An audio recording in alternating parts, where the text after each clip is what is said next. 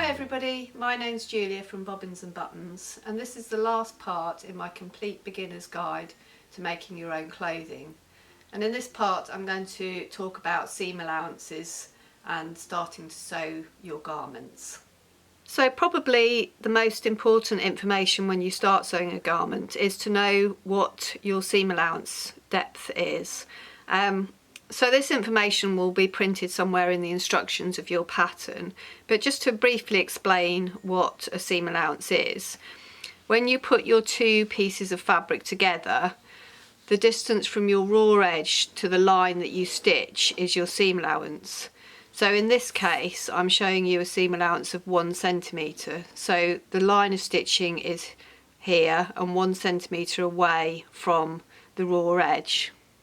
So the easiest way to make sure you've got accurate seam allowances is to follow the grid lines on your sewing machine. I'm just going to bring a sewing machine in to show you. It's a little bit difficult to show you on an overhead camera like this, but you'll see this plate next to your machine foot has different grid lines marked on it. And each of those grid lines will be marked at what seam allowance it is. So if you place your raw edge of the fabric to that grid line and stitch, you'll get a seam allowance the right width. So if you're following a 1 centimetre grid line and you're following your raw edge along the grid line, your seam allowance will come out 1 centimetre. And likewise, if you're stitching the 1.5 grid line, you'll get a 1.5 centimetre seam allowance. So it is quite important to try and get your seam allowances as accurate as you can quite early on, because if your seam allowances are incorrect, you might find that your garment comes out a slightly different size to what you expect it to. So I've just put this example together to show you. So I've made 8 panels. They're all 6 centimetres wide, but I'm saying this would represent a sort of typical panelled dress or top. So imagine these are 2 centre front panels with 2 side front panels and 2 centre back panels with 2 side back panels. So this would be your overall dress shape. So imagine that the seam allowance on this pattern is 1.5, which is quite classic for many patterns, especially of woven wear patterns. But I've put this together with a 1 centimetre seam allowance. And then I've done the same here with, I've cut another 8 panels and they're all 6 centimetres wide, so they started off exactly the same as this.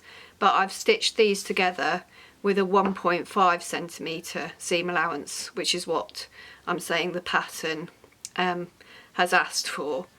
So there's my 1.5 seam allowances. So can you see that there's that much difference in the total circumference of this dress if I use the wrong seam allowance? It might not be too much if it was just 1 or 2 that were slightly incorrect, and you might get away with it, but overall you can see that this is actually at least a dress size too small or too big.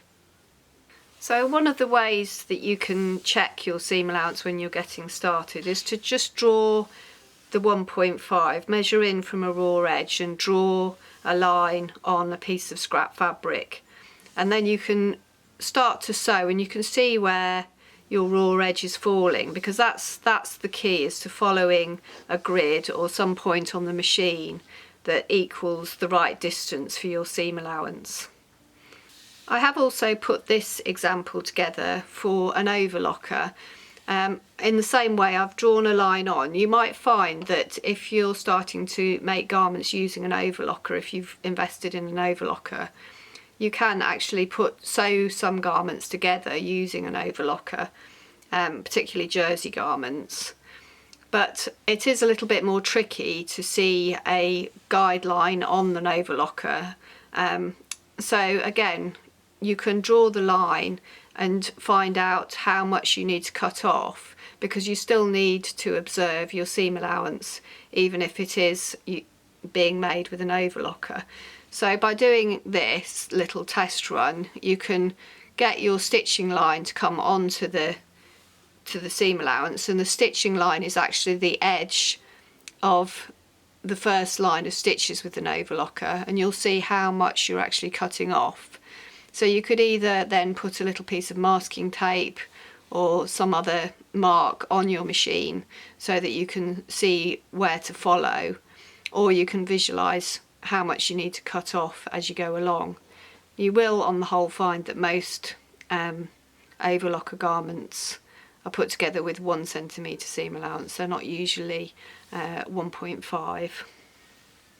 So this was actually a query that came up during pattern testing for my Millie pattern, and actually I thought it was a really good addition to this video, because in the first example I showed you lots of straight lines all stitched together, but in reality when you're sewing most garments there'll be odd looking curves that are supposed to match together, and you can look at them and think, oh, you know, that doesn't look like it's going to match together properly, but in actual fact it will. When the garment's put together it'll create the right shape. But there's two important things to think about here.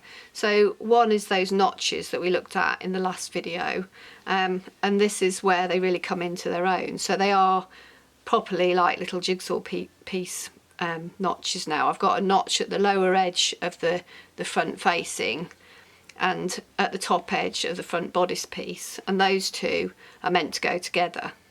And the other thing that I like to do is, whether it's on the pattern or not, is just to make a little notch at the front, centre front of both, so that we can start at the centre and work outwards when we're pinning it together. So now I'm going to start pinning those pieces together to show you how that's going to look. So you can see straight away that the shapes have got to be pulled into position. So I'm going to start by pinning the centre front.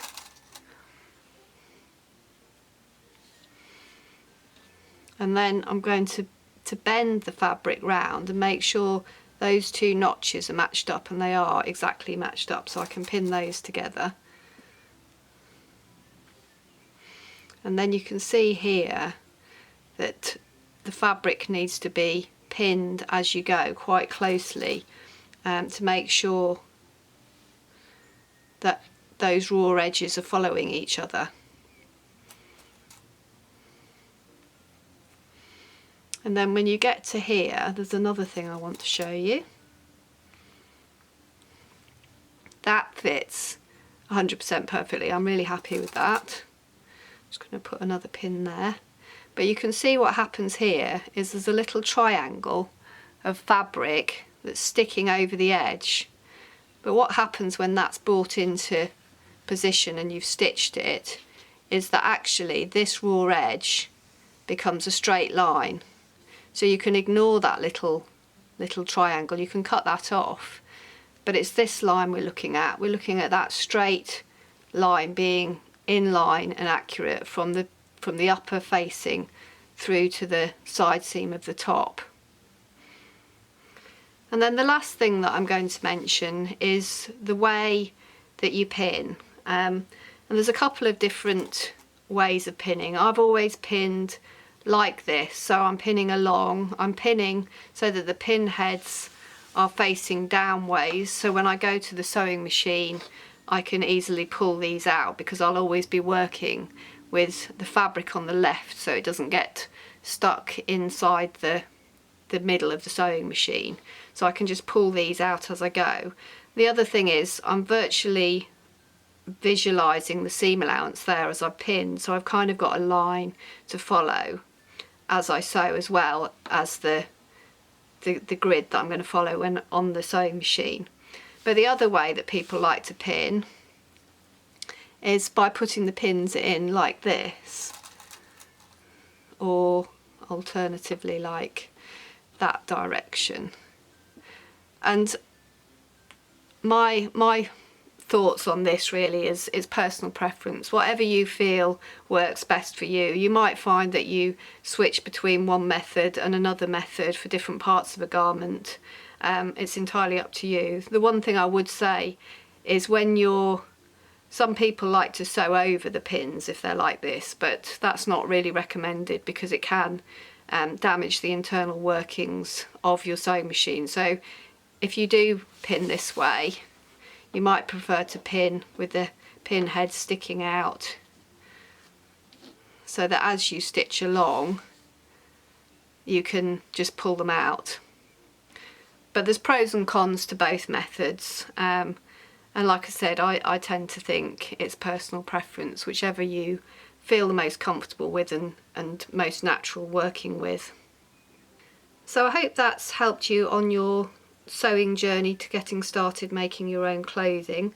I'd love to hear from you. If you've got comments, please feel free to leave them below, and if you enjoyed the video, please don't forget to give it a thumbs up, and it would be great if you subscribe to my YouTube channel. Thanks for watching.